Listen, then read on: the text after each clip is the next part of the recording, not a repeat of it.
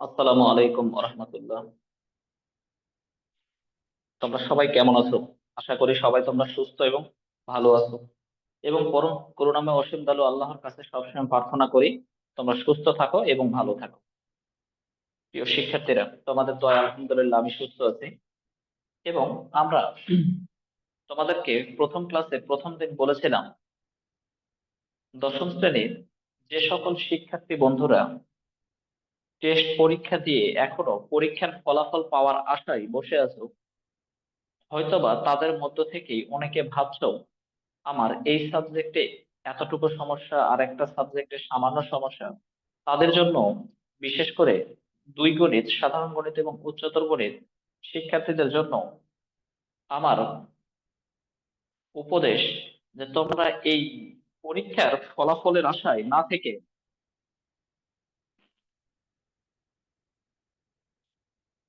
পরীক্ষার ফলাফলের আশায় না থেকে অন্ততপক্ষে টেস্ট পরীক্ষার রেজাল্ট যখন দিবে, তা তো দিবেই একটা সময় রেজাল্ট, কিন্তু আমরা সেই সময়ের অপেক্ষায় না থেকে এখন থেকেই প্রতিটা সময় প্রতিটা মিনিট কাজে লাগানোর চেষ্টা করো।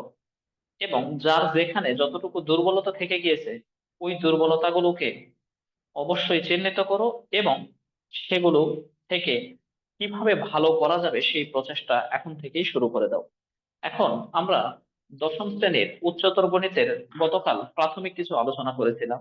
কোন কোন অংশগুলো যদি আমরা করি সেক্ষেত্রে পরীক্ষায় শতভাগ মার্কস পাওয়া সম্ভব, এবং একেবারে কিছুই পারি না তাদের জন্য একটা ভালো ফলাফল করা সম্ভব। শুধুমাত্র সেটাকে কেন্দ্র করেই আমরা ক্লাস শুরু করেছিলাম, এবং তার ওই ধারাবাহিকতায় আমরা প্রথম দিন ফাংশন নিয়ে আলোচনা করেছিলাম। আজকে আমরা ফাংশনের অবশিষ্ট যে অংশটুকু আছে সেই অংশটুকু নিয়ে আলোচনা করার চেষ্টা করব। আসো আমরা ক্লাস শুরু করি। আমরা ফাংশন নিয়ে গতকাল বলেছিলাম দশম শ্রেণী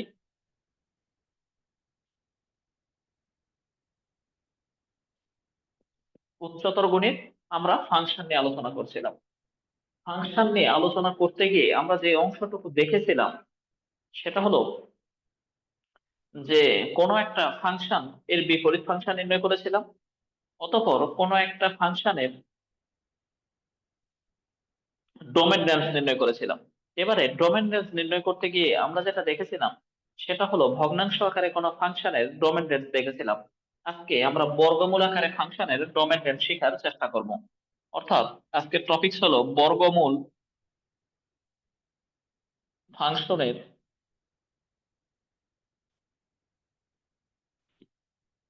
ডোমেন রেঞ্জ নির্ণয়। ডোমেন ও রেঞ্জ, বর্গমূল ফাংশনের ডোমেন ও রেঞ্জ আমরা নির্ণয় করব। তাহলে আসো আমরা একটা প্রশ্ন তুলি। প্রশ্নটা এমন, ধরো দেওয়া আছে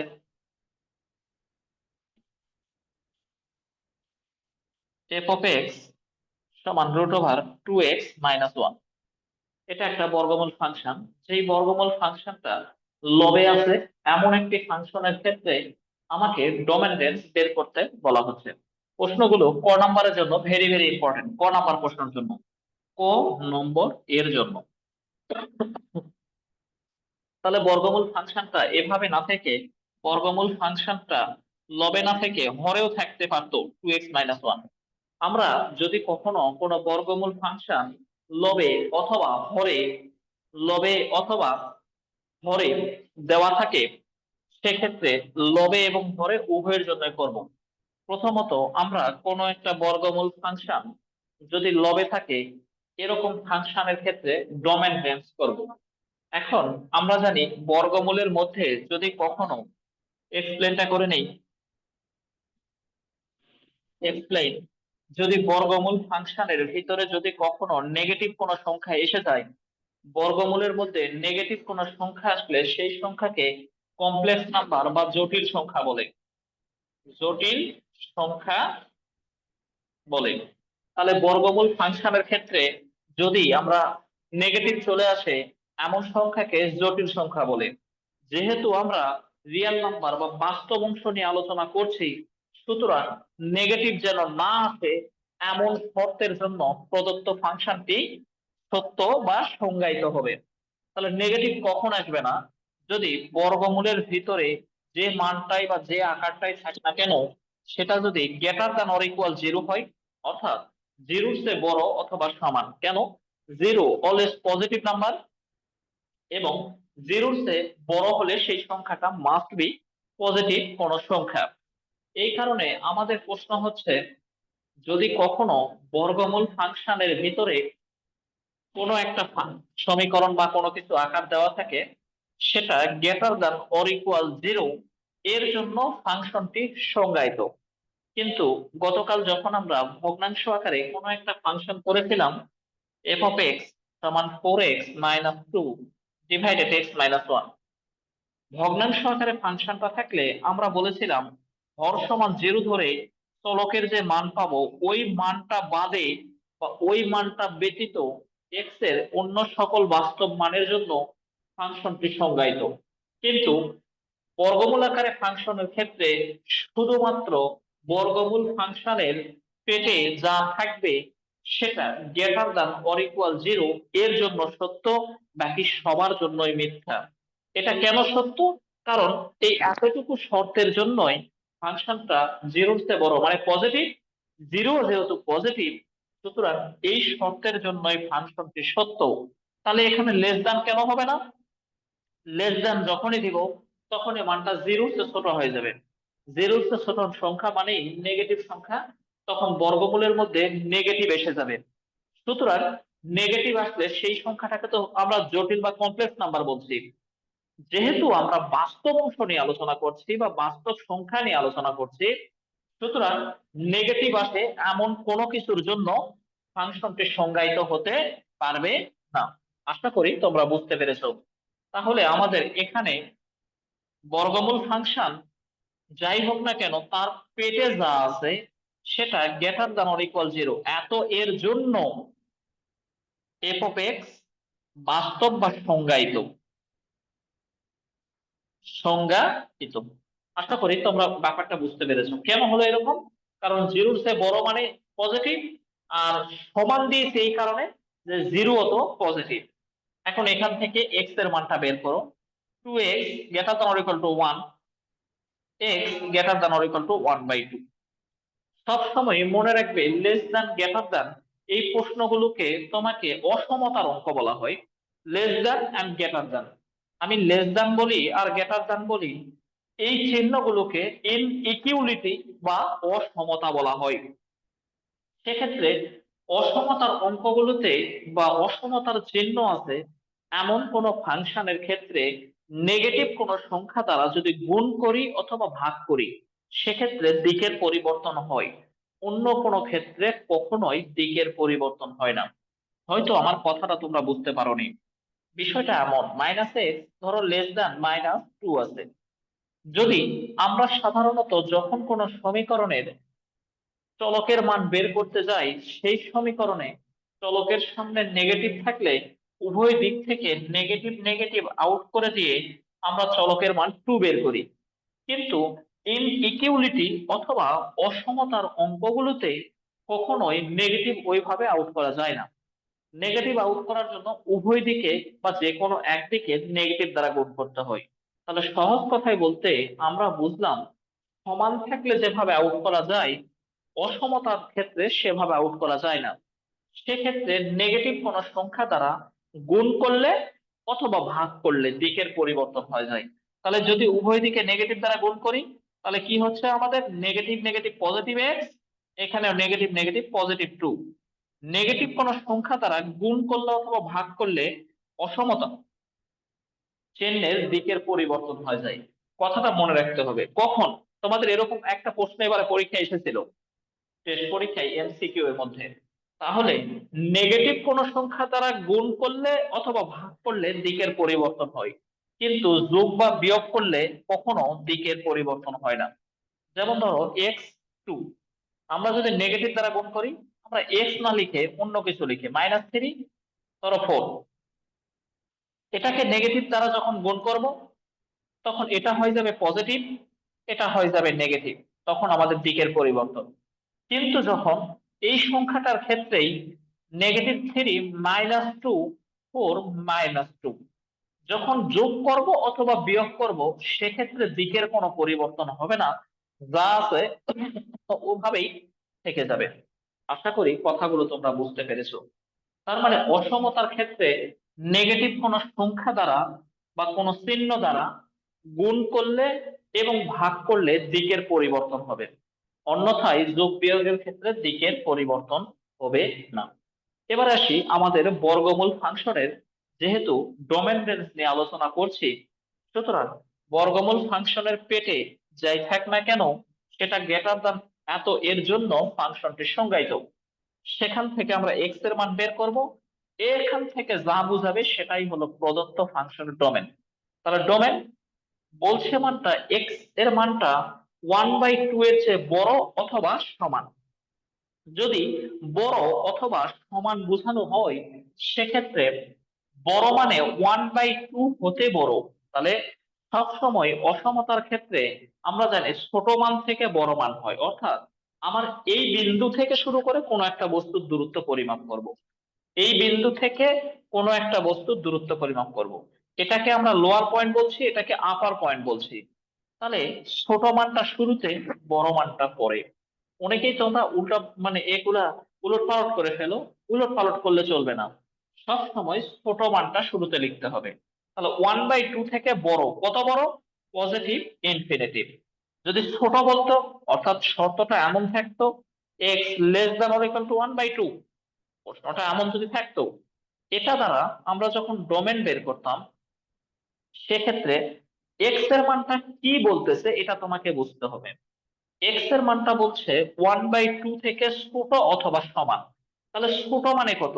আমি যদি 1/2 থেকে ছোট মানে নেগেটিভ ইনফিনিটিভ লিখি সেক্ষেত্রে এই দুটি সংখ্যার মধ্যে আসলে ছোট কোনটা ছিল? আমরা ছোটটা কিন্তু নেগেটিভ ইনফিনিটিভ, ছোট সংখ্যাটাকে সবসময় প্রথমে লিখবো। এভাবে লিখলে এটা কাটা দিয়ে দিবে। তোমাকে ছোটটাকে প্রথমে লিখবো, বড়টাকে পরে লিখবো, যেহেতু 1/2 থেকে ছোট, ছোট মানে নেগেটিভ ইনফিনিটিভ। এখন প্রশ্ন থেকে যাই, পজিটিভ ইনফিনিটিভ আর নেগেটিভ ইনফিনিটিভ সংখ্যা রেখার সবচেয়ে বড় সংখ্যা এবং সবচেয়ে ছোট সংখ্যা, কিন্তু বাস্তবিক পক্ষে তুমি বা আমি বা আমরা কেউই জানি না সংখ্যা রেখার সবচেয়ে বড় সংখ্যাটা বাস্তবিক পক্ষে কত। এটা অসীম, তুমি যত বড়ই ভাববে তার চেয়েও বড়। এই বড় সংখ্যাটাকে পজিটিভ ইনফিনিটিভ বোঝানো হয়েছে। গতকাল আমরা বলেছিলাম বাবদের ক্ষেত্রে যখন কোনো সংখ্যা দিয়ে আমাকে থার্ড ব্র্যাকেট বা ফার্স্ট ব্র্যাকেট বোঝানো হবে, সেটা দ্বারা বোঝানো হয় যে ওই বন্ধুটার চেয়ে ছোট অথবা বড় অথবা তার সমান।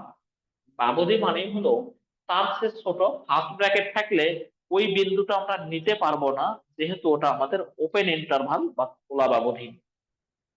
থার্ড ব্র্যাকেট মানে এটাকে ক্লোজ ইন্টারভাল বা বদ্ধ ব্যবধি বলা হয়।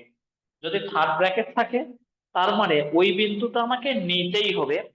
আর যদি ফার্স্ট ব্র্যাকেট থাকে ওটা নিতে পারবো না, ওর চেয়ে বড় অথবা ওর চেয়ে ছোট মানগুলো নিতে পারবো, শর্তে যেটা বলা থাকবে আমার। কিন্তু ফার্স্ট ব্র্যাকেট থাকলে ওই বিন্দুটা আমরা নিতে পারবো না। ঠিক তেমনি এই পজিটিভ ইনফিনিটিভ বা নেগেটিভ ইনফিনিটিভ এর ক্ষেত্রে ওই সংখ্যাটা নির্দিষ্ট কোনো সংখ্যা না হওয়ার কারণে পজিটিভ ইনফিনিটিভ আর নেগেটিভ ইনফিনিটিভ উভয়ের ক্ষেত্রে প্রথম বন্ধনী। কেন প্রথম বন্ধনী? প্রথম বন্ধনী মানেই ওই মানটা নিতে পারবো না, ওর চেয়ে ছোট অথবা ওর চেয়ে বড় মানগুলো নিতে পারবো। কিন্তু এখানে ইকুয়াল থাকার কারণে থার্ড ব্র্যাকেটটা দিতে হবে। ইকুয়াল মানে 1/2 এর চেয়ে বড় অথবা সমান। আর থার্ড ব্র্যাকেট মানে বদ্ধ ব্যবধি, আর বদ্ধ ব্যবধি মানে ওই মানটা আমাকে নিতেই হবে। যদি ইকুয়াল না থাকতো তখন আমি থার্ড ব্র্যাকেট না দিয়ে ফার্স্ট ব্র্যাকেট দিব, যেটাকে ওপেন ইন্টারভাল বলছি। আর ইনফিনিটিভের দিকে অলওয়েজ ফার্স্ট ব্র্যাকেট, কেননা ইনফিনিটিভ নির্দিষ্ট কোনো সংখ্যা নয়। আশা করি তোমরা বুঝতে পেরেছো। তাহলে যদি কখনো কোনো বর্গমূল ফাংশনের লবে আছে এমন ক্ষেত্রে ডোমেন বের করতে বলা হয়, তার পেটে যাই থাক না কেন সেটা গ্রেটার দ্যান অর ইকুয়াল 0, এত এর জন্য ফাংশনটি সংজ্ঞায়িত। অতঃপর এখান থেকে এক্স এর মান বের করব, এই শর্তটুকু যা বলবে সেখান থেকেই ডোমেন যা হয় লিখবো। একইভাবে আমরা যদি এই ফাংশনটার ক্ষেত্রে বের করি এফ অফ এক্স, এটা যদি হরে থাকে 2x-1, বর্গমূল ফাংশনটা লবে আছে আমরা লিখেছিলাম, যদি হরে থাকে তখন কি করব, এখানে বা এখন এখানে বর্গমূল ফাংশন লবে থাক অথবা হরে থাক, যেখানেই থাক না কেন, ডোমেন বের করার জন্য ওই বর্গমূল ফাংশনের পেটে যেই রাশি বা সমীকরণটা দেওয়া থাকবে ওটা আমরা লিখবো, সেটা লবে থাক অথবা হরে থাক। লবে থাকলে গ্রেটার দ্যান অর ইকুয়াল 0 লিখছি, হরে থাকলে যদি গ্রেটার দ্যান অর ইকুয়াল 0 লিখি, যে এত এর জন্য এফ অফ এক্স বাস্তব বা সংজ্ঞায়িত। এখন আমার প্রশ্ন হলো, ও সরি, এখানে 0 ছাড়া পড়ে গেছে, তাহলে 2x-1 greater than or equal 0 সবসময় কিন্তু বর্গমূলের পেটে যা থাকবে সেটা গ্রেটার দ্যান ধরতে হবে। কেন? কারণ গ্রেটার দ্যান 0 মানেই হলো 0-র চেয়ে বড়। আমি যদি লেস দ্যান ধরি তখন তো 0-র চেয়ে ছোট মানে নেগেটিভ চলে আসবে, নেগেটিভ আসলে বর্গমূলের ভিতর নেগেটিভ চিহ্ন মানে জটিল সংখ্যা হয়ে যাবে। আমরা তো আর জটিল অংশ নিয়ে আলোচনা করছি না, সুতরাং বর্গমূলের পেটে যাই থাক সেটা গ্রেটার দ্যান ধরবো। এখন কখন ইকুয়াল ধরবো আর কখন ধরবো না, এটা বর্গমূল ফাংশন লবে থাকলে ইকুয়াল ধরবো, হরে থাকলে ধরতে পারবো না। কেন? কারণ এই মানটা যদি 0-র চেয়ে বড় অথবা সমান বলে, তার মানে বলতে পারি এটা তো 0-র সমান। যদি 0-র সমান হয় তার মানে 0 তো নিতে পারবো, সেক্ষেত্রে সামথিং বাই 0 মানে তো অসংজ্ঞায়িত হয়ে যাবে। আর অসংজ্ঞায়িত বা ইনডিটারমিনেট ফর্ম আসে, এমন ক্ষেত্রে আমরা অঙ্ক করতেই পারবো না, গতকাল আমরা দেখেছিলাম। সেক্ষেত্রে ভগ্নাংশ থাকলে ইকুয়াল দিতে পারবো না, ডোমেনের সময় ইকুয়াল দিলে 0-র সমান 0 হয়ে যায়, সেক্ষেত্রে সামথিং বাই 0 মানে ইনফিনিটিভ হয়ে যায়। আমরা সেজন্য ওই কি বলে ওটা, মানে ইকুয়াল ইউজ করতে পারবো না। তাহলে আমরা যা বুঝলাম, ফাংশনটা যদি লবে থাকে গ্রেটার দ্যান অর ইকুয়াল 0, হরে থাকলে শুধু গ্রেটার দ্যান 0, এত এর জন্য প্রদত্ত ফাংশনটি সংজ্ঞায়িত বা বাস্তব। আর বর্গমূল না থাকলে ভগ্নাংশ থাকলে আমরা জানি হর সমান 0 ধরে চলকের ওই মানটা বাদে সকলের জন্য বাস্তব।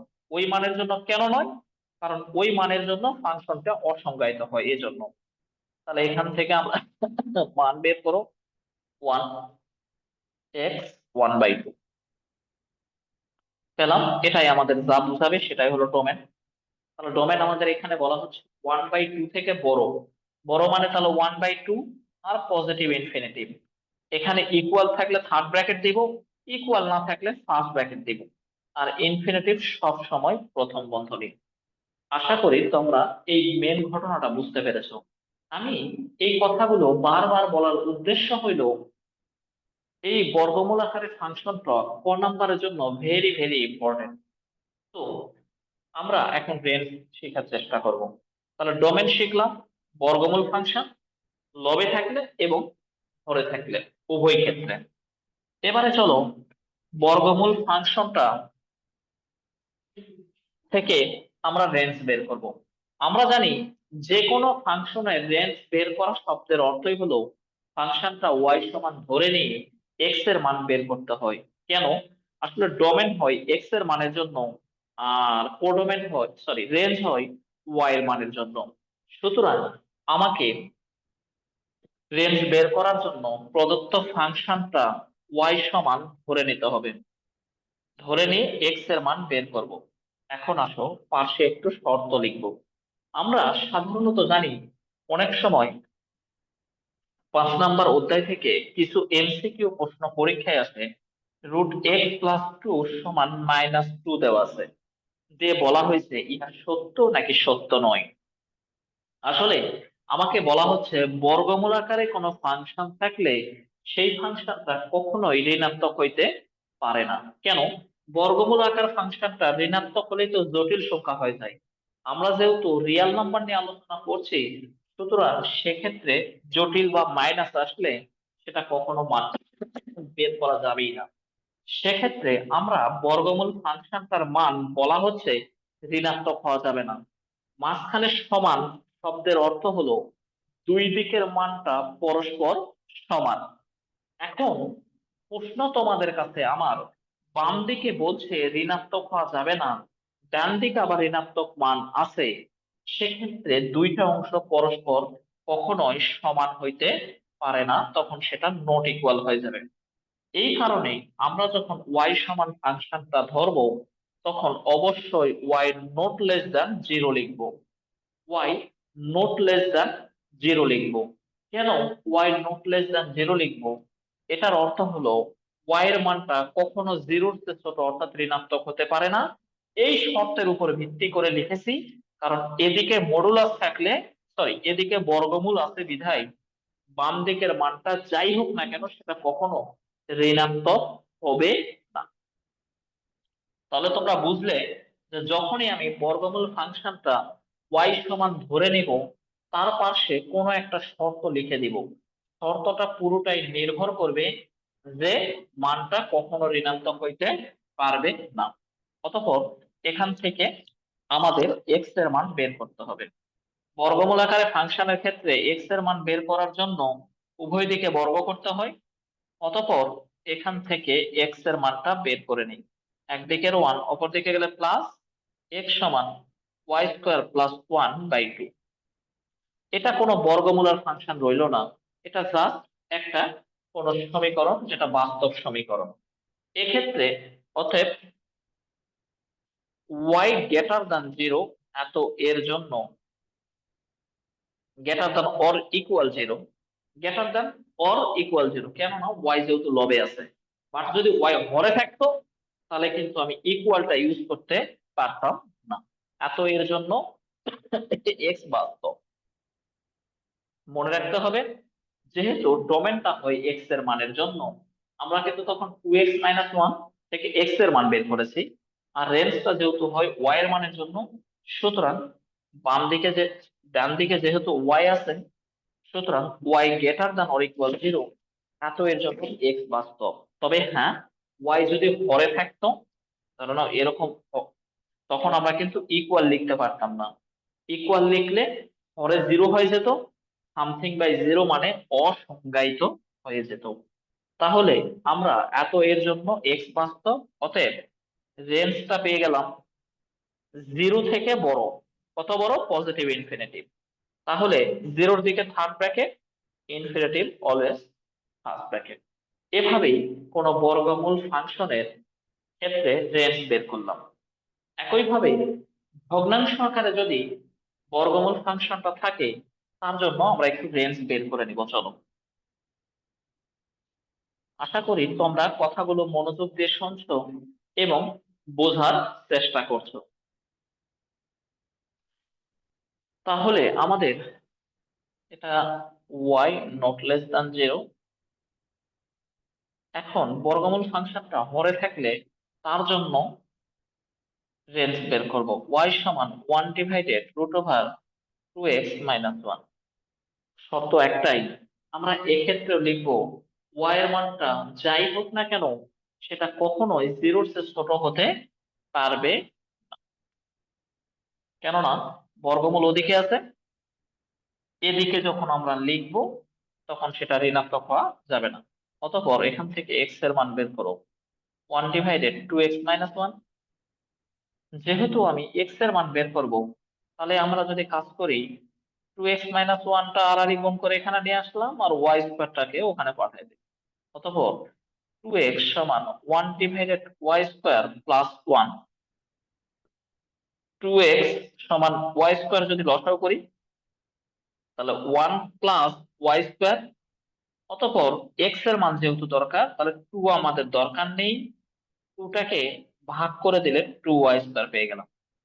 তাহলে প্রিয় শিক্ষার্থী বন্ধুরা, তোমরা একটু ভালো করে লক্ষ্য করো, আগের প্রশ্নটা যখন আমরা করেছিলাম, তখন আমরা লক্ষ্য করেছিলাম হরে কিন্তু ওয়াই ছিল না, বাট ভগ্নাংশ আকারে থাকলে হরে ওয়াই চলে আসছে। অতএব তাহলে এখানে ওয়াই আমি greater than or equal zero লিখতে পারছি না। কেন?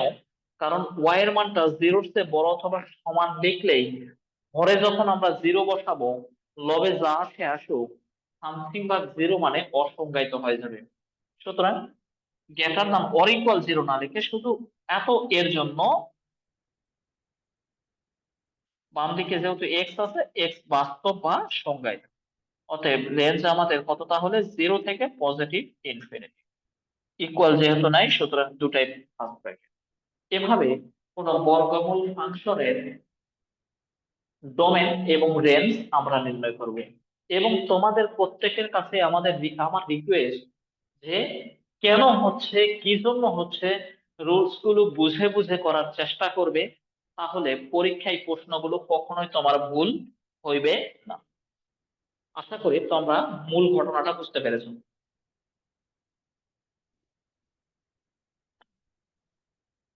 এবারে আমরা ডোমেন রেঞ্জ নিয়ে আলোচনা করলাম।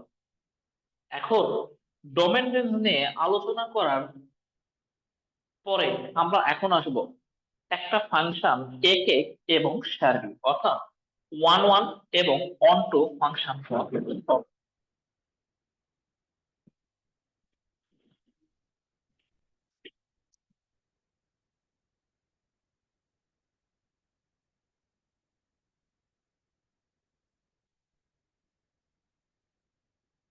তাহলে এখন আমাদের অপশন হলো একক এবং অন টু বা সার্বিক, অন টু বা সার্বিক হওয়ার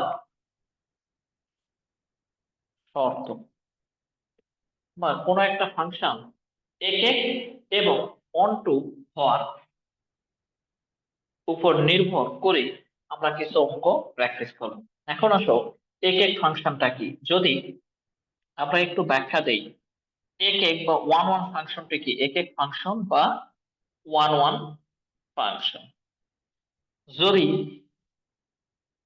ডোমেন ও রেঞ্জ সমান হয়, অর্থাৎ কোন একটা ফাংশনের ডোমেন যে কয়টা, রেঞ্জও যদি সে কয়টা হয়, সেই ফাংশনটাকে একক ফাংশন বলা হবে। আমরা যদি একটু ব্যাখ্যা দেই, ধরো 2 3 4, এখানে আছে 5 6 7 8। আমরা জানি প্রথম অংশের মধ্যে যা থাকে সেটাকে ডোমেন বলি। প্রথম অংশের মধ্যে যা থাকে তার নাম ডোমেন। পরের অংশের মধ্যে যা থাকে সেগুলোর নাম কিন্তু কোডোমেন। কোডোমেন। এবারে ডোমেনের যে সকল মানের জন্য কোডোমেনের মধ্য থেকে মানগুলো পাওয়া যায়, কোডোমেনের ওই সকল মানকেই ফাংশনটির রেঞ্জ বলা হয়। তাহলে 2 এর জন্য যদি 5 পাই ধরে নিলাম, 3 এর জন্য 6 পাইছি, আর 4 এর জন্য 8 পাইছি। কিভাবে পাবো, এগুলা তো আমাদের সমীকরণ আকারে দেওয়া থাকবে, সেখান থেকেই বের করে দেখব। এখন আমার যেটা কথা সেটা হলো যে কোনো একটা ফাংশনের এখানে ডোমেন আছে 3টা, কোডোমেন কয়টা আছে আমি দেখতে যাব না, আমি রেঞ্জ পেয়েছি কয়টা, তাহলে রেঞ্জও পাইলাম 5 6 8, অর্থাৎ রেঞ্জও পাইছি 3টা, ডোমেনও আছে 3টা। এই ডোমেন এবং রেঞ্জ যখন কোনো ফাংশনের সমান হয়ে যাবে, এমন ফাংশনটাকেই একক ফাংশন বলা হচ্ছে। এবারে যখন আমি সার্বিক ফাংশন বা অন টু ফাংশন নিয়ে আলোচনা করব, সার্বিক ফাংশন, সার্বিক বা অন্টো ফাংশন নিয়ে যখন আলোচনা করা হইবে, তখন আমরা দেখব এটার ক্ষেত্রে কোডোমেন ও রেঞ্জ সমান হতে হবে। কোডোমেন ও রেঞ্জ সমান। যদি কখনো কোনো একটা ফাংশনের কোডোমেন আর রেঞ্জ সমান হয়, সেক্ষেত্রে ওই ফাংশনটাকে সার্বিক ফাংশন বলছি। কিন্তু কোডোমেন আর রেঞ্জ যদি সমান না হয়, তাহলে সেটাকে কখনো অন্টো বা সার্বিক ফাংশন বলা যাবে না। তাহলে আমরা যা বুঝতেছি সেটা হলো যে এটা একটা ধরো ফাংশন 2 3 5 6 7 8। এখন 2 এর সাথে 6, আমরা 3-এর জন্য 7 লিখলাম, 5-এর জন্য 7 লিখলাম। এবারে আসো প্রিয় শিক্ষার্থী বন্ধুরা, আচ্ছা এটার জন্য আমি এভাবে দিই। আমরা দুটা চিত্র ক্ষেত্রে একটু লক্ষ্য করব। প্রথম চিত্রটার ডোমেন ছিল 3টা, কোডোমেন যে কয়টা পারে থাক, আমার কোনো কিছু ফ্যাক্ট না। আমার ফ্যাক্ট হয়েছে রেঞ্জ পেয়েছিলাম কয়টা, তাহলে রেঞ্জও পেয়েছি 3টা, ডোমেনও আছে 3টা। এমন ফাংশনকে একক ফাংশন বলছিলাম, যেহেতু ডোমেন এবং রেঞ্জ সমান হয়েছে। এবারে সার্বিক ফাংশনের শর্ত হলো কোডোমাইন এবং রেঞ্জ সমান হতে হবে। এই ফাংশনের ক্ষেত্রে দেখতে পাচ্ছি কোডোমাইনের জায়গা বা ঘরে উপাদান আছে 3টা এবং রেঞ্জও পেয়ে গেছে 3টা। তাহলে কোডোমাইন এবং রেঞ্জ এই দুটো যখন সমান হবে তখন আমরা ওই ফাংশনটাকে সার্বিক ফাংশন বলছি। এবারে এই চিত্রটা দেখো তো, দিয়ে বলা হলো যে ইহা সার্বিক কিনা যাচাই করো। এখানে যেহেতু কোডোমাইনের উপাদান 4টা কিন্তু রেঞ্জ পেয়ে গেছে 3টা, তার মানে কোডোমাইন আর রেঞ্জ এক্ষেত্রে সমান নয়। সুতরাং আমরা বলতে পারি এই ফাংশনটা একক ফাংশন কিন্তু সার্বিক ফাংশন নয়। আবার এই ফাংশনটার ক্ষেত্রে বলতে পারি ইহা যেহেতু ডোমেনও 3টা রেঞ্জও 3টা, তার মানে এটা একে। আবার কোডোমেন আর রেঞ্জ সমান, তার মানে সার্বিক। এখান থেকে আমরা সহজ ভাষায় বলতে পারি সকল সার্বিক ফাংশন, কারণ এটা কিন্তু সার্বিক হয়েছে আবার এককও হয়েছে, কিন্তু এটা একক হয়েছে কিন্তু সার্বিক হয় নাই। তার মানে আমরা বলতে পারি সকল সার্বিক ফাংশনই একক ফাংশন, কিন্তু সকল এক এক ফাংশন সার্বিক ফাংশন নাও হতে পারে। আশা করি তোমরা বুঝতে পেরেছ। তাহলে একক এবং অন্টু সার্বিক হওয়ার শর্ত নিয়ে আমরা আলোচনা করছি।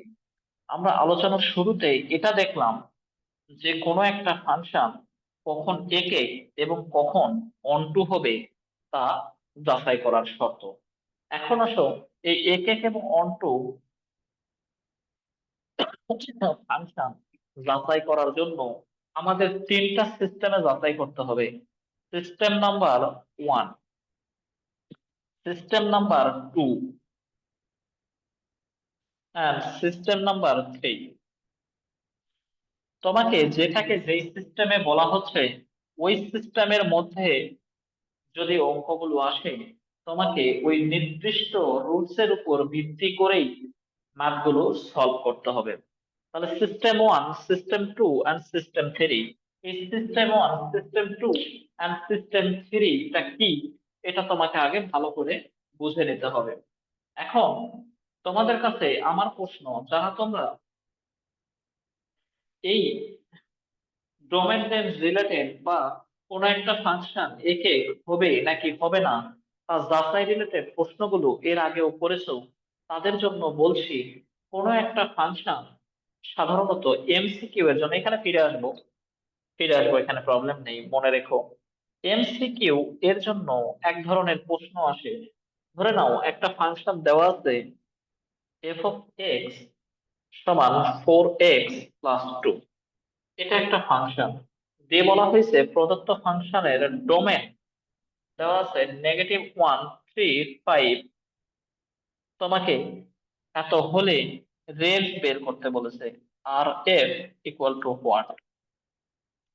তাহলে প্রিয় শিক্ষার্থীরা, তোমাদের কাছে আমার প্রশ্ন রয়ে গেল যে যদি কখনো কোনো একটা ফাংশনের ডোমেন দেওয়া থাকে, আমরা ডোমেন মানে এক্স এর মান, এক্স এর মানগুলো মূল ফাংশনে এক্স এর জায়গায় বসায় দিয়ে যা পাবো সেগুলোকেই রেঞ্জ বলছি। তাহলে প্রশ্নটা আমরা অন্যভাবেও একটু বুঝে নিতে পারি। প্রশ্নটা এভাবে বুঝে নিতে পারি যে যদি কখনো কোনো ফাংশনের ডোমেন দেওয়া থাকে, ডোমেনের মানগুলো মূল ফাংশনে বসায় দিয়ে যা পাবো তাই আমাদের রেঞ্জ। পরীক্ষায় এমসিকিউ আকারে অনেকবার এই প্রশ্নগুলো আসে। একটা ফাংশন দেওয়া আছে, ডোমেন দেওয়া আছে, তোমাকে রেঞ্জ বের করতে বলা হয়েছে। তাহলে এই ডোমেনের মানগুলো যদি আমি এখানে বসাই, -1 বসাই যদি দেই, তাহলে 4 × -1 + 2, তার মানে -4 + 2, তার মানে -2 পেলাম। -1 বসাইছি, 3 বসাবো, এফ অফ 3 বসাই যদি এখানে 3 × 4 = 12 আর 2 কত 14, একবারে লিখলাম। এবারে এফ অফ 5 যদি লিখি, তাহলে 4 × 5 কত 20 আর 2 22। তাহলে আমরা মান পেলাম একটা -2, একটা 14 আর একটা হলো 22। আমাদের রেঞ্জটা হইবে -2, 14, 22। যেহেতু ডোমেনের জায়গাতে সেকেন্ড ব্র্যাকেটটা সেট আকারে দেওয়া আছে, আমরা রেঞ্জটাও সেট আকারে লিখবো। আমরা তাহলে যেটা বোঝাতে চাইছিলাম যে যদি কখনো কোনো একটা ফাংশনের ডোমেনের জায়গাতে কোনো মান দেওয়া থাকে, সেখান থেকে ওই মানগুলো প্রদত্ত ফাংশনে বসায় দিয়ে যা পাবো তাই হলো ফাংশনটির রেঞ্জ। এভাবে রেঞ্জ বের করে নিব। অতঃপর ডোমেন যে কয়টা, রেঞ্জও যদি সে কয়টাই হয়, এমন ফাংশনকেই আমরা একক ফাংশন বলছি। আমরা ডোমেন বসাইছিলাম 3টা, রেঞ্জও পাইছি 3টা, এমন ফাংশনকেই বলা হচ্ছে একক ফাংশন। এখন তোমাদের কাছে এই অংশটুকু নিয়ে আলোচনা করা শুরু হয়েছিল যে কোনো একটা ফাংশন একক এবং অনটু হওয়ার শর্তগুলো যাচাই করব। সেক্ষেত্রে সিস্টেম 1, সিস্টেম 2 এন্ড সিস্টেম 3, 3টা সিস্টেম নিয়ে আলোচনা করতে চেয়েছিলাম। তাহলে 3টা সিস্টেম যখন আলোচনা করব, তার প্রথম সিস্টেমটা পরীক্ষায় যে আকারে প্রশ্নগুলো আসে সেটা হলো এমন। তোমরা নোট করে নিবে, তোমাদের উচ্চতর গণিতের 30 পৃষ্ঠার কাজের এবং 6 নম্বর এরকম দুটো প্রশ্ন দেওয়া আছে। এফ সাজ দ্যাট -2, -1, 0, 1, 2 এটা ইনটু, সাইটে ধরছে না, আমরা নিচে লেখার চেষ্টা করছি। অর্থাৎ সাইটে যেহেতু আমি এখানে লিখলেও সিস্টেম নাম্বার 2 এর মধ্যে চলে যাচ্ছে -1018, যেহেতু সিস্টেম 2 তে চলে গেল, তাই আমরা সাইটে না লিখে আমরা সাইটের পরিবর্তে নিচে লিখলাম। তোমরা সাইটে লিখে নিও -8, -1, 0, 1, 8। এরকম এফ সাজ দ্যাট এত ইনটু এত দেওয়া আছে, এত ফাংশনটি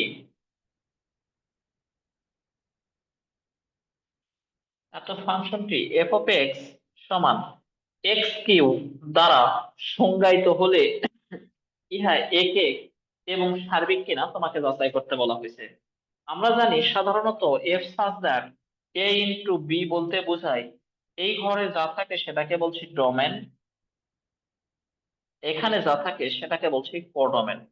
বাস্তবিক পক্ষে এই ডোমেন আর কোডোমেন এটা ব্যাপারটা এমন, যদি এরকম করে আমরা যে ঘরগুলো আঁকছিলাম, এটাকে বলছি এ, এটাকে বলছি বি, এ থেকে বি একটা ফাংশন, কোন ফাংশন? F function. এটাই হলো এটা। F such that a into B, এটা বলতে বোঝানো হয় যে এই ঘরে যাই থাক সেটাকে বলছি ডোমেন, এই ঘরে যাই থাক কেন সেটাকে বলছি রেঞ্জ, সরি কোডোমেন। তাহলে এটা ডোমেন আর এটা কোডোমেন। এই ডোমেনের প্রত্যেকটা মান মূল ফাংশনে এক এক করে বসায় দিব। বসায় দিয়ে যদি 5টা মান বসাই, আর আমি যদি 5টা মানই পেয়ে যাই, সেক্ষেত্রে মানগুলো যদি ভিন্ন ভিন্ন হয়, তখন আমরা ফাংশনটাকে এক এক বলবো। এবং আমি যেই মানগুলো পেলাম, সেই মানগুলো যদি কোডোমেনের মধ্যে থাকে, তাহলে আমরা সেটাকে বলছিলাম সার্বিক ফাংশন। চলো আমরা সিস্টেম নাম্বার 2 তে আলোচনা করার পূর্বে সিস্টেম নাম্বার 1 এর এই প্রশ্নটা সলভ করে আসার চেষ্টা করি, এরপরে সিস্টেম 2 নিয়ে আলোচনা করব। প্রচন্ড মাথা ব্যথা করছে, ভালোই লাগে না আসলে। তাহলে ধরো দেওয়া আছে এফ সাজ দ্যাট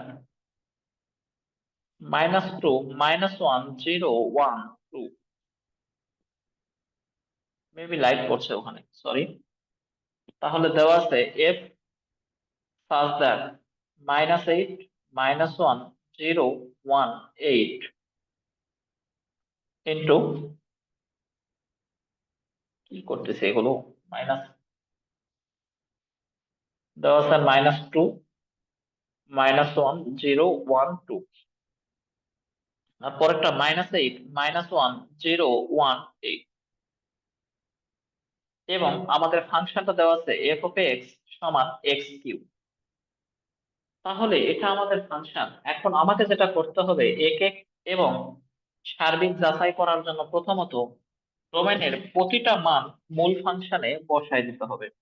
তাহলে এফ অফ -2 সমান -2 এর উপর কিউ মানে কত পেলাম? -8। যেহেতু মাইনাসের উপর পাওয়ার বিজোড় হলে মাইনাসটা থেকে যায়। এফ অফ -1, -1 এর উপর কিউ, তার মানে কি -1 থেকে যায়।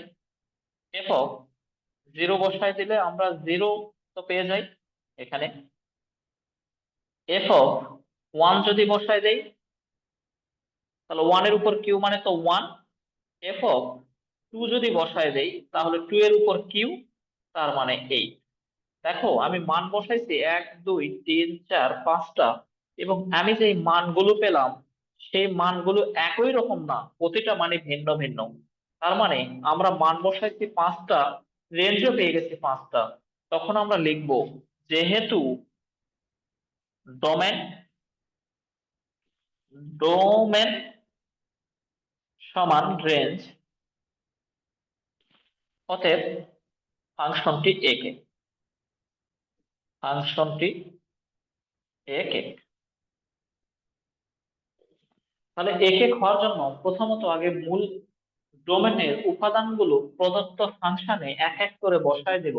আমি যেই মানগুলো পাবো সেই মানগুলো যদি ভিন্ন ভিন্ন হয় এবং আমি যে মানগুলো বসাইছি সেই সংখ্যা এবং পাওয়া মানগুলোর সংখ্যা সমান হয়, আমরা বলবো ওই ফাংশনটি একক ফাংশন। এবারে আসো কোনো একটা ফাংশন সার্বিক কিনা যাচাই করার শর্ত হলো কোডোমেন আর রেঞ্জ।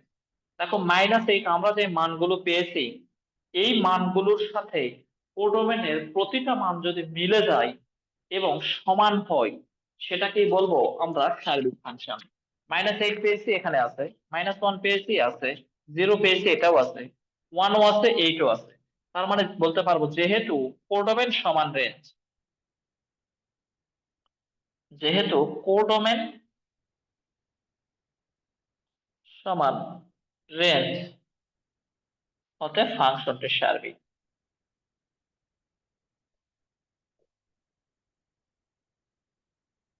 অতএব ফাংশনটি সার্বিক। তাহলে এখানে যদি এভাবে না থেকে এখানে কিছু একটা দেওয়া আছে ইনটু কোডোমেনের জায়গাতে রিয়েল নাম্বার আর যদি দেওয়া থাকতো, তখন কিন্তু আমি কি করতাম, তখন আমরা করতাম যে কোডোমেন পেয়েছি 5টা, আর মানে পৃথিবীর সবগুলো সংখ্যা বাস্তব সংখ্যা, সেক্ষেত্রে কোডোমেন 5টা, রেঞ্জ আর সরি কোডোমেন তো অনেকগুলো কিন্তু রেঞ্জ তো পেয়েছি মাত্র 5টা, সেক্ষেত্রে কোডোমেন আর রেঞ্জ সমান হইতো না, তখন সেটাকে সার্বিক ফাংশন বলতে পারতাম না। যাক, আশা করি তোমরা সিস্টেম নাম্বার ওয়ানটা বুঝতে পেরেছো। তাহলে সিস্টেম নাম্বার ওয়ান আমাদের বলছিল যে কোনো একটা ফাংশনে যদি ডোমেন এবং কোডোমেন এর জায়গায় ডোমেন এবং কোডোমেন এর জায়গায় সেট আকারে কোনো উপাদান অন্য কোনো ভাবে থাকলে হবে না, সেট আকারে কোনো মান যদি দেওয়া থাকে, সেক্ষেত্রে ডোমেনের মানগুলো মূল ফাংশনে বসায় দিয়ে আমি মান বের করব। ওই মানগুলো অর্থাৎ রেঞ্জ গুলো আর ডোমেন গুলো সমান হলে কি হবে, কোডোমেন এবং রেঞ্জ গুলো সমান হলে কি হবে, তার উপর ভিত্তি করেই ফাংশনটি একে সার্বিক কিনা যাচাই করে দেখব। এটা একটা সিস্টেম গেল। 2 নম্বর সিস্টেম, কখনো কখনো ডোমেনের জায়গায় মান দেওয়া থাকবে বা কোডোমেনের জায়গায় মান না দিয়ে রিয়েল নাম্বার দেওয়া থাকবে, তখন ফাংশনটি একে এবং সার্বিক কিনা যাচাই করতে বলবে। সেম প্রসেসে করব। তার মানে সিস্টেম ওয়ানটা আমরা শেষ করলাম। এবারে সিস্টেম টু তে যাবো, চলো।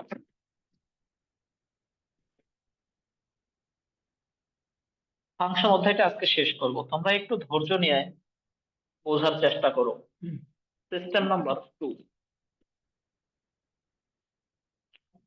সিস্টেম নাম্বার টু যেহেতু আমরা একক এবং সার্বিক নিয়ে আজকে আলোচনা করছি, সুতরাং সিস্টেম নাম্বার টু একটা ফাংশন দেওয়া আছে এমন, এফ অফ এক্স সমান x-3 ডিভাইডেড 2x প্লাস 1, এরকম একটা ফাংশন দিয়ে তোমাকে বলা হয়েছে ফাংশনটি একক এবং সার্বিক কিনা যাচাই করো, আর কোনো শর্ত দেওয়া নেই। সিস্টেম নাম্বার টু তে আবারও তোমাদের জ্ঞাতার্থে বলে রাখি, আমি যেহেতু তোমাদের রুলস এবং সিস্টেম অনুযায়ী প্রতিটি প্রশ্নই করে দেওয়ার চেষ্টা করে থাকি, তোমরা ওই রুলস এবং সিস্টেম অনুযায়ী প্র্যাকটিস করে নিয়ে যেটা যেই সিস্টেমের মধ্যে পড়বে ওই সিস্টেম অনুযায়ী প্রশ্নগুলো সলভ করতে হবে। আশা করি তোমরা মূল ঘটনাটা বুঝতে পেরেছো। এখন আসো, এটা একটা ফাংশন যে বলা হয়েছে ফাংশনটা একক এবং সার্বিক কিনা যাচাই করো। কোনো একটা ফাংশন একক এবং সার্বিক হওয়ার জন্য আমাকে প্রথমত সিস্টেম নাম্বার এক তো দেখছি ওটা পাস, এবারে সিস্টেম নাম্বার দুই বলছে ফাংশনটি, কারণ এখানে ডোমেন রেঞ্জ কোডোমেন কিছুই তো নেই, এই জন্য ধরে নিতে হবে ফাংশনটি এক হবে যদি ফাংশনটি এক হবে যদি এবং কেবলমাত্র এবং কেবলমাত্র যদি এফ অফ এ এ না ধরে তুমি পি কিউ যা পারো ধরো, f of a f of b. আর একটা কথা তোমাদের একটু বলে নেই, সেটা হলো আমরা যে আগের প্রশ্নটা ধরেছিলাম এফ অফ এক্স সমান এক্স কেও আমাদের দেওয়া ছিল, এবং এফ সাজ দ্যাট -2 -1 0 1 2 দেওয়া ছিল, ইনটু এখানে কিছু একটা কোডোমানের জায়গায় মান দেওয়া ছিল। এখন প্রশ্ন হচ্ছে, এই যে -2টা যখন আমরা এখানে বসাই দিলাম এক্স কিউব, তার মানে এখানে যে মানটা বসাই দেই, এই মানটা বলতে কি বোঝায়? অবশ্যই ডোমেনের মধ্য থেকে কোনো একটা মান। অর্থাৎ আমি যেটা বুঝাতে চাচ্ছি সেটা হলো, মূল ফাংশনে এক্স এর জায়গাতে আমরা যখনই কোনো মান বসাবো সেটাই আসলে ডোমেন বোঝাই। আর আমাকে এক এক ফাংশন বের করার জন্য আমি ডোমেনে মান না বসালে আমি কখনোই রেঞ্জ বের করতে পারবো না। এখন f(-2) যখন এখানে বসাই দিয়েছিলাম, -2 এর উপর কিউ -8, এখানে যেটা পেয়েছিলাম এটাকে কিন্তু রেঞ্জ বলেছিলাম।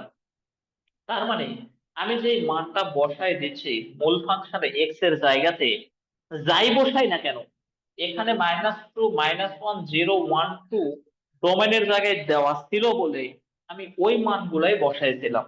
কিন্তু যদি কখনো মানগুলো দেওয়া না থাকে তখন কি আমি বসাবো না? আমি যদি ডোমেন না বসাই তাহলে আমি রেঞ্জ পাবো কিভাবে? সুতরাং যখন আমি কোনো মান দেওয়া থাকবে না তখন আমি আমার ইচ্ছে মতো যে কোনো দুটা বাস্তব রিলেটেড উপাত্ত বা সংখ্যা বসায় দিব। তাহলে আমার যেটা হবে, আমি ডোমেন গুলো মনে মনে ধরে নিলাম কোনগুলো, যা বসাইছি সেগুলো, এবং যা পাবো সেটাকে রেঞ্জ বলে থাকবো। তাহলে আমি বিশ্বাস রাখলাম তোমরা বুঝতে পেরেছো। তাহলে এখানে যেহেতু এক্স এর জায়গায় এ আর বি বসাইছি, তার মানে এ বি হলো আমাদের ডোমেন, আর আমি যে মানগুলা পাবো সেটাই হলো রেঞ্জ। যদি ডোমেন যে কটা বসাইছি রেঞ্জও যদি সে কটাই পেয়ে যাই, ওইটাকেই বলতে পারবো যে এক এক ফাংশন।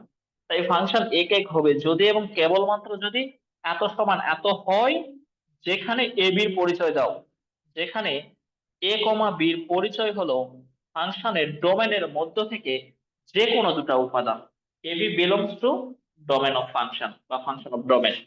তাহলে আমরা যেটা বুঝলাম সেটা হলো যে এখানে এ বি বিলংস টু কেন বলেছি? বিলংস টু শব্দের অর্থ হলো এর ভিতর থেকে আমরা যে কোনো দুটো উপাদান নিয়েছি। তুমি এ বি না নিয়ে পি কিউ x1 y1 তারপরে আর এ যা ইচ্ছা নাও, তার মানে আমাকে ডোমেনের মধ্য থেকে যে কোনো দুটা উপাদান নিতে হবে। সেই দুটি উপাদান মূল ফাংশনে বসায় দিয়ে, যেহেতু বসায় দিয়েছি বা এক্স এর জায়গায় যা বসাবো সেগুলোকে ডোমেন বলছিলাম আগের প্রশ্নের প্যাটার্ন অনুসারে। তাহলে বসায় দিয়ে আমরা পরিশেষে যে মানটা পাবো সেটাকে আবার রেঞ্জ বলছি। ডোমেন নিয়েছি দুটা, রেঞ্জও যদি পাই দুটা, তাহলে আমরা বলবো ফাংশনটি এক এক। আশা করি বুঝতে পেরেছো। এখন এফ অফ এ সমান f of b. F of a মানে এর জায়গায় এক্স এর জায়গায় যেহেতু এ হয়েছে, যত জায়গায় এক্স তত জায়গায় মানটা বসিয়ে দাও। 2a plus 1 B -3 divided 2b plus. আমরা এখান থেকে আড়াআড়ি গুণ করব। যদি আড়াআড়ি গুণ করি তাহলে নিচেরটার সাথে গুণ করলে 2a, প্রথমটা দ্বারা পুরোটাকে গুণ, 2ab -6a প্লাস বি -3 সমান, এটার সাথে এটা গুণ করলে 2ab প্লাস a -6b -3। আমরা জানি সমানের উভয় দিকে একই পদ একই চিহ্ন থাকলে আউট করে দিতে পারি, কেননা যদি আমরা পক্ষান্তর করি তাহলে বিপরীত চিহ্ন হওয়ার কারণে কেটেই যাবে। সেই কারণে সমানের উভয় দিকে একই পদ একই চিহ্ন থাকলে কেটে দিব। অতঃপর একই রকম মানগুলো একই দিকে নিয়ে আসো। সমান -6b -b, তাহলে -7a -7b, 7 7 আউট, a সমান b। তাহলে আমরা দেখো এখানে মান ধরেছিলাম দুইটা, আমরা মান পেলামও দুইটা। কেমনে দুটা?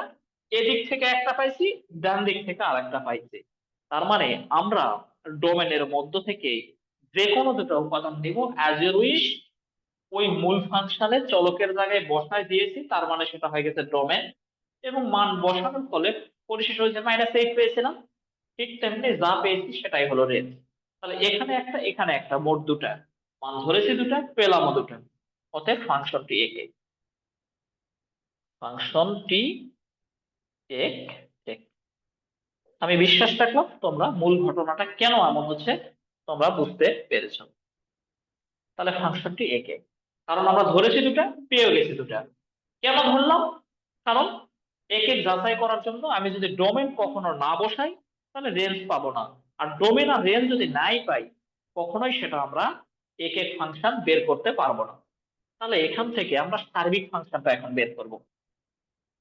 তাহলে সার্বিক ফাংশন বের করার জন্য সিস্টেম 2 নম্বর অঙ্কের ক্ষেত্রে সার্বিক ফাংশন বলছে যে যদি কখনো কোনো একটি ফাংশনের সার্বিক ফাংশন বের করতে বলা হয়, তাহলে প্রদত্ত ফাংশনটি y সমান ধরে নাও, ধরে নিয়ে x এর মানটা বের করো।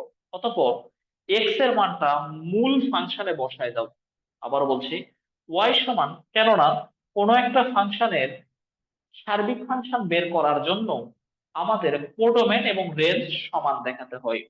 আর কোডোমেন আর রেঞ্জ সমান দেখাতে চাইলে প্রথম নিয়ম হলো রেঞ্জ বের করতে হবে।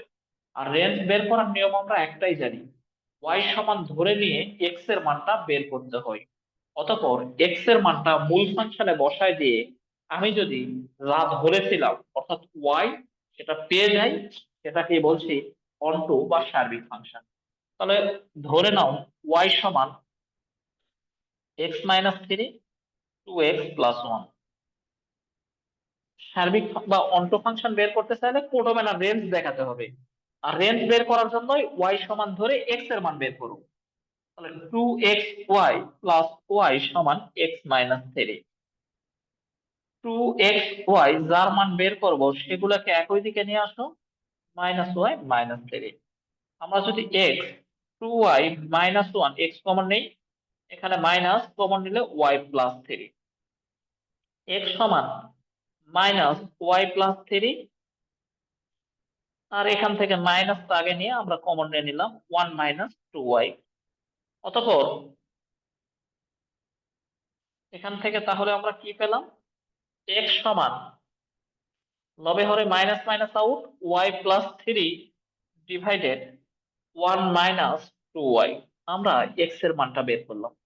অতঃপর x এর মানটা মূল ফাংশনে x এর জায়গায় বসায় দিয়ে যা ধরেছিলাম সেটা যদি ফেরত পাই, সেটাকে বলছি অনটু বা সার্বিক ফাংশন। এখন x এর মানটা মূল ফাংশনে x এর জায়গায় বসায় দাও, y+3 ডিভাইডেড 1 - 2y। x এর জায়গায় বসায় দিলে তাহলে x মানে কত পাবো? y+3 divided 1 - 2y, -3 divided 2 × x কত? y+3 বাই 1 - 2y প্লাস, এটাকে ক্যালকুলেশন করে যদি আমি ওয়াইটা ফিরে পাই, সেটাকে বলছি সার্বিক ফাংশন। আবারও বলছি, যেই সিস্টেমে যেই প্রশ্ন আসবে ওই সিস্টেম অনুযায়ী তোমাকে সলভ করে দেখাতে হবে। এখন এটাকে লসাগু করো, লবেও লসাগু, হরেও লসা। তাহলে 1 - 2y যদি লসাগু করি, তাহলে y+3 মাইনাস 3 এর সাথে গুণ করলে 3 মাইনাসে মাইনাসে +6y। এখানে 2 গুণ হলে আমরা লসাগু যদি করি 1 - 2y, যেহেতু 2 লবের সাথে গুণ অর্থাৎ 2y+6 প্লাস 1 এর সাথে হর গুণ করলে 1 - 2y। অতঃপর উল্টে দিলে উভয়ের হর সমান হওয়ার কারণে হর হর out, +3 -3 out, +2y -2y out. তাহলে আমরা y আর 6y মানে কত পেলাম? 7y ডিভাইডেড, আমি উল্টে 1 - 2y 1 - 2y আউট, তাহলে 7 7 7 আউট হলে y, যা সার্বিক। তাহলে আমাদের বুঝতে হবে এখান থেকে যে কোনো একটা ফাংশন যদি ডোমেন এবং কোডোমেন এর জায়গায় সেট আকারে কোনো উপাদান দেওয়া থাকে, তাহলে আমাকে সিস্টেম নাম্বার 1 অনুযায়ী অঙ্ক করতে হবে। কোনো কিছু দেওয়া নেই, শুধু একটা ফাংশন দিয়ে তোমাকে এক এক সার্বিক যাচাই করতে বলা হয়েছে, সেক্ষেত্রে আমাকে ডোমেন বের করার জন্য এক এক বের করার জন্য যে কোনো দুটো উপাদান ধরে নিতে হবে।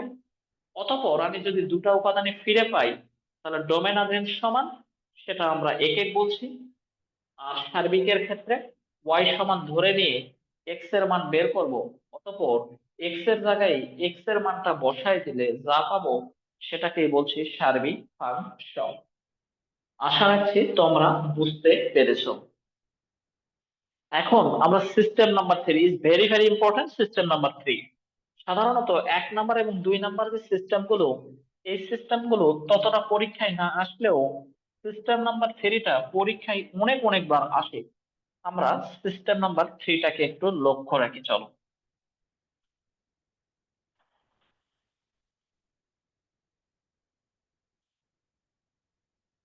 যেই যেই প্রশ্নগুলো করা হচ্ছে তোমাদের কাছে, আমি তো সবসময় রিকোয়েস্ট করি এবং আমি আশা করি তোমরা সেই রিকোয়েস্ট গুলো রাখো, এবং তারই ধারাবাহিকতায় আমি তোমাদের বলছি যে আমাদের যেই প্রশ্নগুলো দরকার, সেই প্রশ্নগুলো তোমরা বাসায় খুঁজে খুঁজে বারবার প্র্যাকটিস করবে, again R again, more than.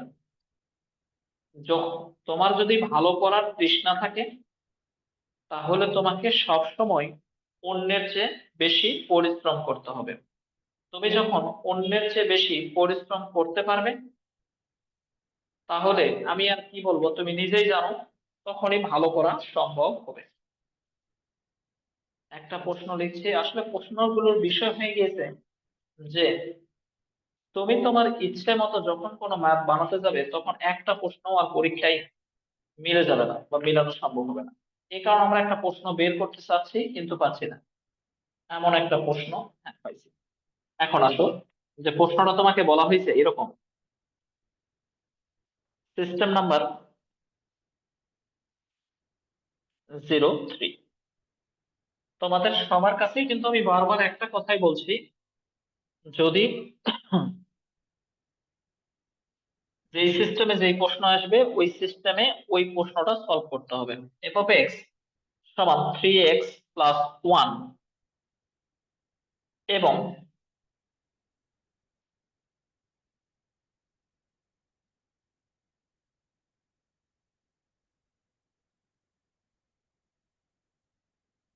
F of x সমান 3x plus 1 divided 2x minus 2, এমন একটা আকার দেওয়া আছে।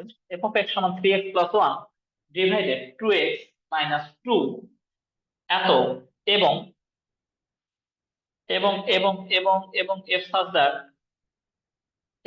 দ্যাট আর মাইনাস 1 ইন্টু, সাইডে ধরছে না, নিচে লিখি, আর মাইনাস 3/2 হয়, তবে ফাংশনটি একে সার্বিক কিনা যাচাই করো। যদি এফ অফ এক্স সমান একটা ফাংশন দেওয়া আছে এবং এফ সাজটা আর আর মানে কি, রিয়েল নাম্বার, রিয়েল নাম্বার থেকে 1 বাদ দেওয়া আছে, আমরা জানি এখানে যাই থাক না কেন এটাকে বলছি ডোমেন, এখানে যাই থাক সেটাকে বলছি কোডোমেন। তাহলে ডোমেন এবং কোডোমেন এর মধ্য থেকে কোন একটা মান বাদ দেওয়া আছে। আমরা সিস্টেম নাম্বার 1-এ দেখেছিলাম, একটু দাঁড়ান,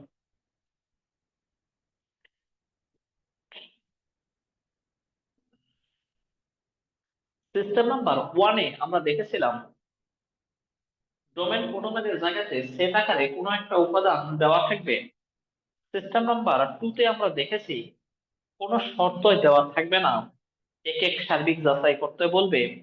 সিস্টেম নাম্বার 3-তে আমরা আবারও বলছি যে কোনো একটা ফাংশন থেকে এক এক এবং সার্বিক ফাংশন যাচাই করতে বলা হবে, সেখানে ডোমেন এবং কোডোমেনের জায়গাতে রিয়েল নাম্বার বা কোনো কিছু অংশ বাদ দেওয়া থাকবে।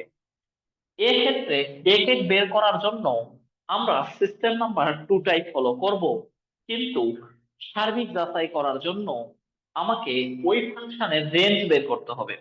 রেঞ্জ এবং কোডোমেন যদি সমান হয় তাহলে তা সার্বিক ফাংশন হবে। অর্থাৎ এক যাচাই করার জন্য তাহলে দেওয়া আছে, আমরা লিখবো দেওয়া আছে এত, অতঃপর ফাংশনটি ফাংশনটি এক হবে যদি এবং কেবলমাত্র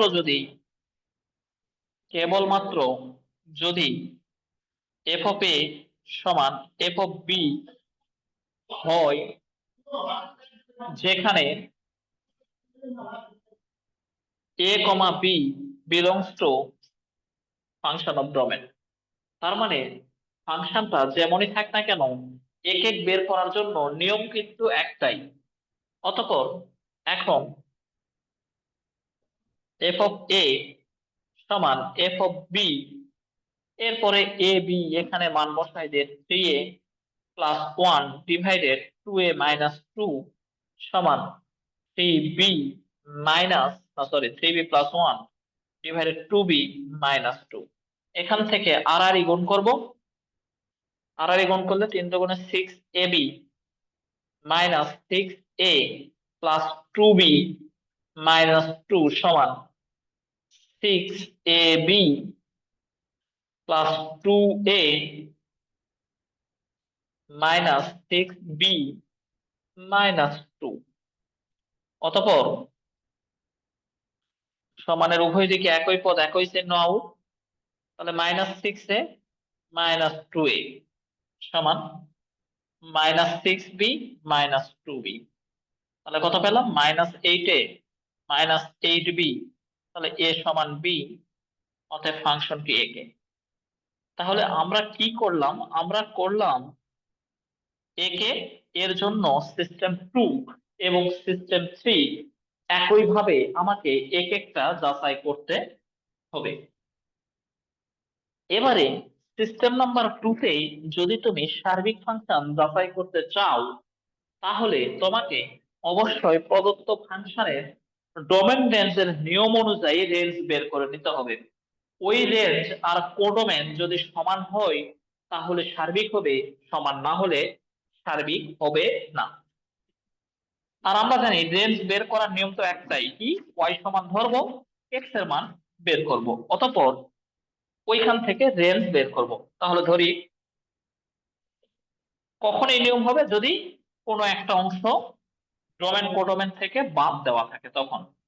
তাহলে 3x plus 1 divided 2x minus 2 গুণ করলে 2xy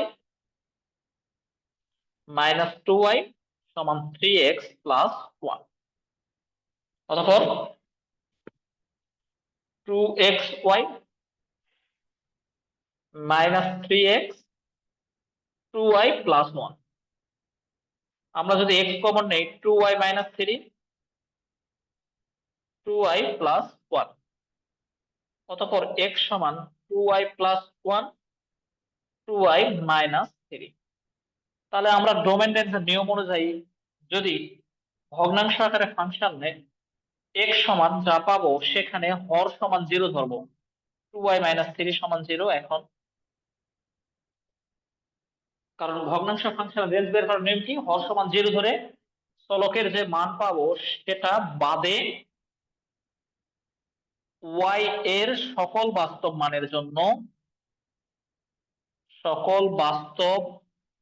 মানের জন্য বাম দিকে x আছে, x বাস্তব। অতঃপর রেঞ্জ তাহলে কত? রেঞ্জ হবে r থেকে 3/2টা বাদ। তাহলে দেখো r থেকে 3/2 আমার কোডোমেনটাও দেওয়া আছে, তার মানে যেহেতু কোডোমেন সমান রেঞ্জ পেয়ে গেলাম, কোডোমেন সমান রেঞ্জ, অতএব ফাংশনটি সার্বিক ফাংশন। দেখ, আশা করি বুঝতে পেরেছো। আর একটা টপিকস আছে, আমরা এটাও শেষ করব। একটু রিকোয়েস্ট করব তোমাদের, তোমাদের মধ্য থেকে যে কেউ একজন একটু আমাকে বলো যে আর একটা রুলস আছে, আমরা কি রুলসটা আজকে শেষ করব কিনা? যে কোনো একজন বলো।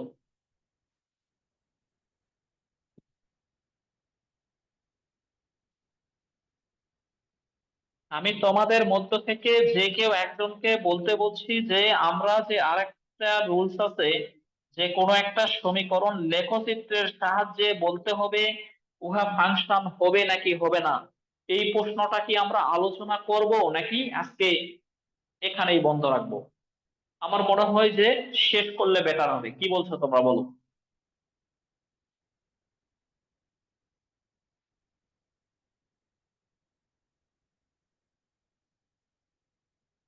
তোমরা কি কেউ একজন কথা বলবে না? স্যার শেষ করে দেন। শেষ করে দেব। আর একটা রুলস থেকে গেল অন্য। স্যার আপনার ইচ্ছা। আমি তো তোমাদের ধৈর্যটা দেখতে চাচ্ছি। ধৈর্য কি আছে তো? স্যার আপনি করাইলে তো করব। আমি তাহলে এই একটা রুলসটা শেষ করে দেই, 5-7 মিনিট একটু সময় লাগবে। আমার যদিও 9টা থেকে 35 বেজে গিয়েছে, 9টা থেকে আমার ইন্টারমিডিয়েটের সাথে ক্লাস আছে। তো এখন আমি 5টা মিনিট সময় দিয়ে শেষ করে দিই। আগামী দিন জেনারেল ম্যাথের কোনো একটা জ্যামিতীয় অধ্যায় নিয়ে আমরা আলোচনা করতে পারবো ইনশাল্লাহ। তাহলে এখন আমার প্রশ্ন হলো যে এখনকার টপিকস সমীকরণ থেকে, সমীকরণ থেকে লেখচিত্রের সাহায্যে, লেখচিত্রের সাহায্যে ফাংশন যাচাই। তার মানে কোন একটা সমীকরণ দেওয়া থাকবে, ওই সমীকরণ থেকে লেখচিত্রের সাহায্যে তোমাকে বলতে বলা হবে তা ফাংশন হবে নাকি হবে না তা যাচাই করো। তুমি একটু নোট করো, নোটাবিল নোট। এখন নোট করার অর্থ এই হলো, যদি সমীকরণটি, লিখে রাখো, যদি সমীকরণটি সরল রেখা হয়, সরল রেখা হয়, সরল রেখা মানে কি আমরা জানি, চলকের পাওয়ার কিছুই নাই মানে 1 হয়, অর্থাৎ একঘাত বিশিষ্ট কোনো একটা রেখা বা সমীকরণকেই সরল রেখার সমীকরণ বলে থাকি। তাই বলছি যদি সমীকরণটি সরল রেখা হয় তাহলে তা ফাংশন হবেই।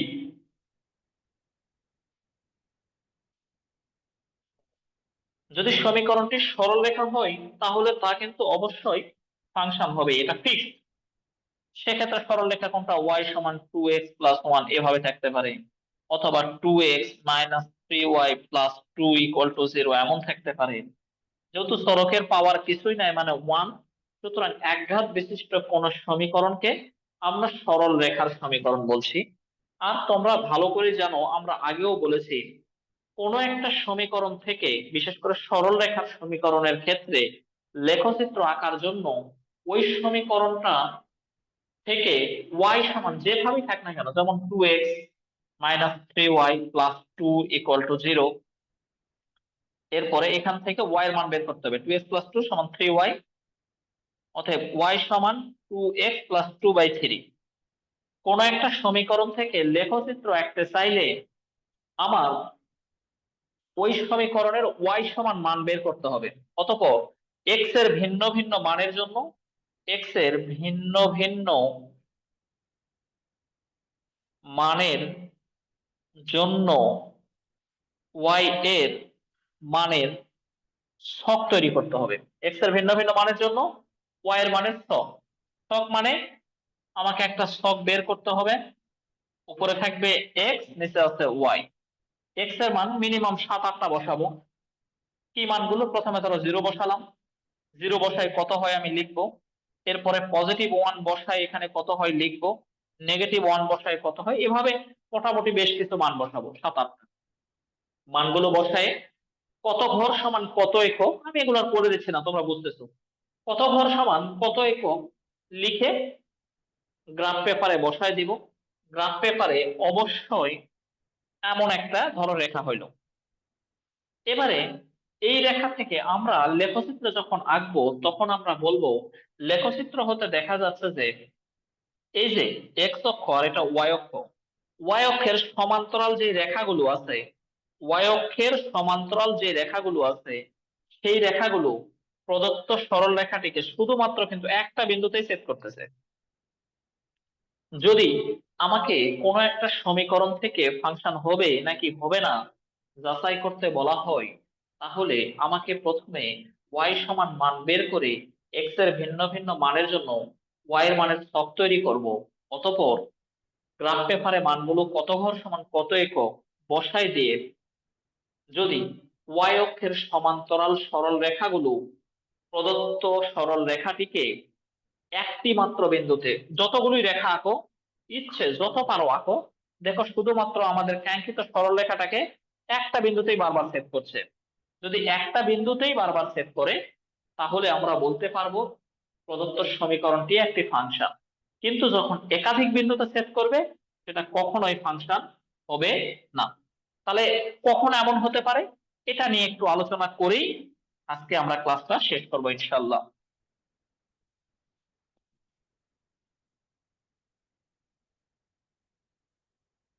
তাহলে আসো, আমরা যেটা বলছিলাম সেটা হলো যে তাহলে এটা অথবা বৃত্তের সমীকরণ দেওয়া থাকলে, বৃত্তের সমীকরণ দেওয়া থাকলে তা কখনো ফাংশন হবে না, তা ফাংশন হবে না। মানে বৃত্তের সমীকরণ দেওয়া থাকলে তা কখনোই ফাংশন হবে না। বৃত্তের সমীকরণ কেমন? যেমন এক্সাম্পল, দুই চলকের বর্গের যোগফল সমান কোন একটা সংখ্যার বর্গ। দুই চলকের বর্গের যোগফল সমান কোন একটা সংখ্যার বর্গ এমন থাকতে পারে, অথবা এমন থাকতে পারে x square plus y square minus 4x plus 6y plus 15 equal to 0, এমন থাকতে পারে। তার মানে দুই চলকের বর্গের যোগফল সমান কোন সংখ্যার বর্গ থাকলে এটাকে বলে মূল বিন্দুগামী, মূল বিন্দুগামী বৃত্তের সমীকরণ। এটা মূল বিন্দুগামী বৃত্তের সমীকরণ। আর এটা হলো নির্দিষ্ট কোনো বিন্দুগামী, নির্দিষ্ট, আমাকে কেন্দ্র বের করতে হবে, নির্দিষ্ট কোনো কেন্দ্র ও ব্যাসার্ধগামী, কেন্দ্র ও ব্যাসার্ধগামী বৃত্তের সমীকরণ। তাহলে আমরা সরল রেখা হলে সেটা অবশ্যই ফাংশন হবে। আর যদি বৃত্তের সমীকরণ হয় সেটা কখনোই ফাংশন হবে না। আমরা এটা নিয়ে আজকের ক্লাসটা চলো শেষ করার চেষ্টা করি। তোমরা এই কথাগুলো নোট করবা, শুধুমাত্র কথাগুলো শুনলে পরবর্তীতে ভুলে যাবে। আমরা এই ক্লাসগুলো যা করছি, এই ক্লাসগুলো আমাদের ভিডিও রেকর্ডেড থাকছে, এগুলা সবগুলোই তুমি ইউটিউবে কিন্তু ক্লাসগুলো পেয়ে যাবে। তুমি চাইলে সেখান থেকে পরবর্তীতে ক্লাসগুলো আবারও দেখতে পারবে।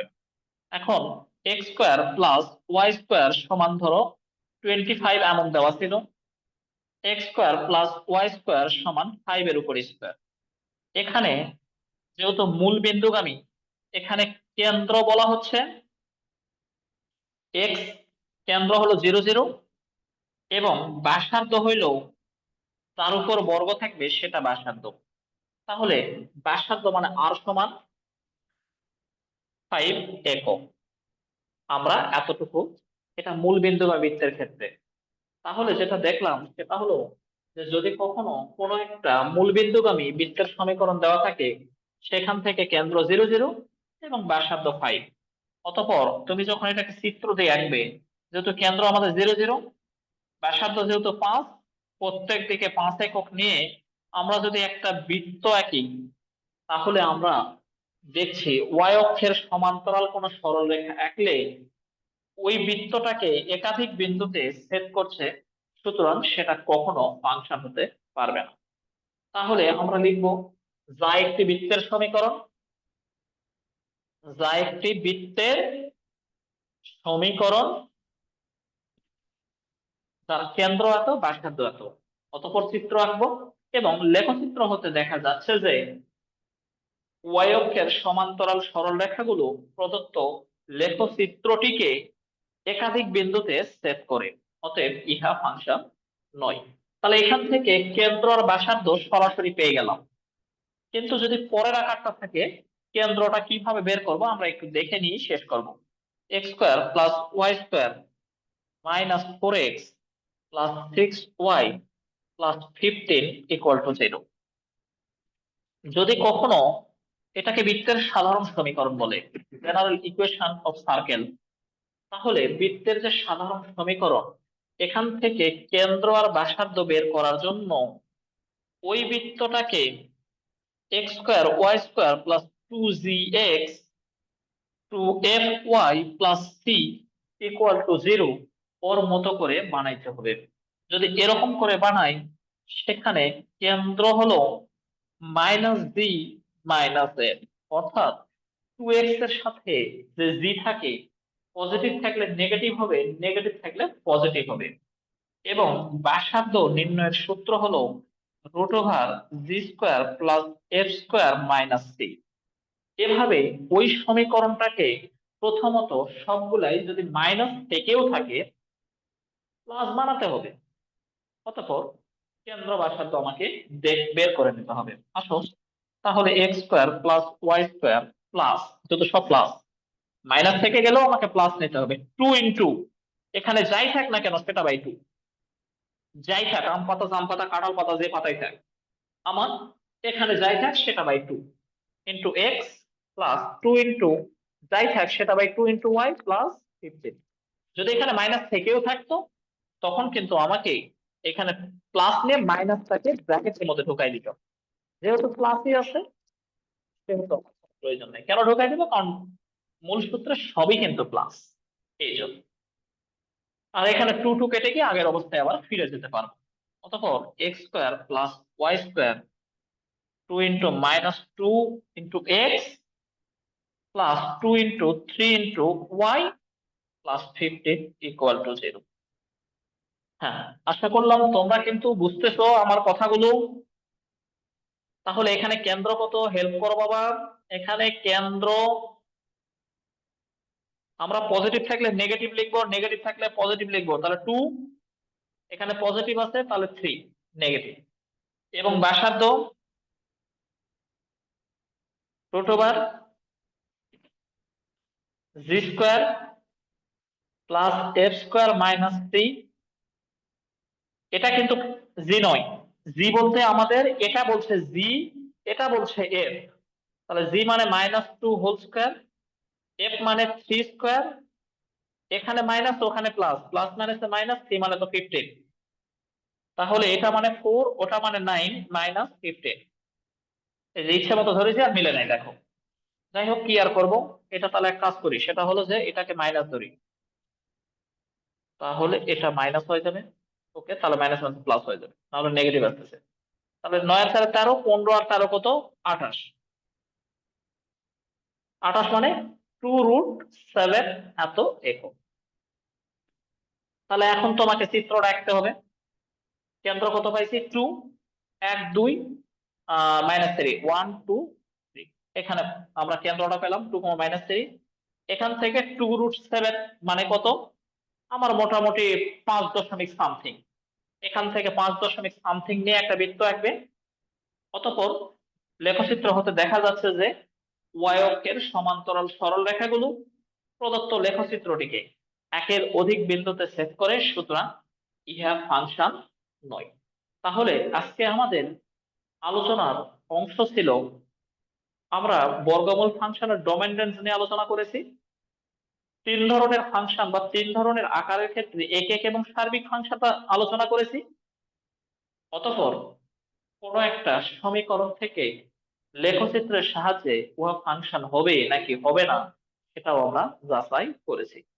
আমরা বিশ্বাস রাখলাম এবং আমি তোমাদের প্রতি ওই পরিমাণ আশা করছি যে তোমরা ক্লাসটা মনোযোগ সহকারে দেখেছো এবং এই রিলেটেড প্রশ্নগুলো ক্লাস শেষ করে পুনরায় তোমরা একটু প্র্যাকটিস করতে বসে যাবে এবং তোমার বইয়ে যেই যেই প্রশ্নগুলো আছে সেগুলো বেশি বেশি করে অনুশীলনে লেগে যাও।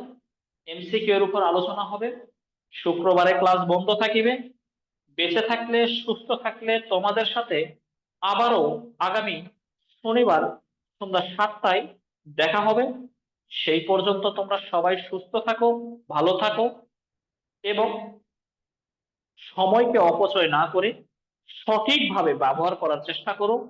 তোমাদের জন্য মঙ্গল কামনা করে আজকের ক্লাস এখানেই শেষ করছি। শুভরাত্রি। আল্লাহ হাফেজ।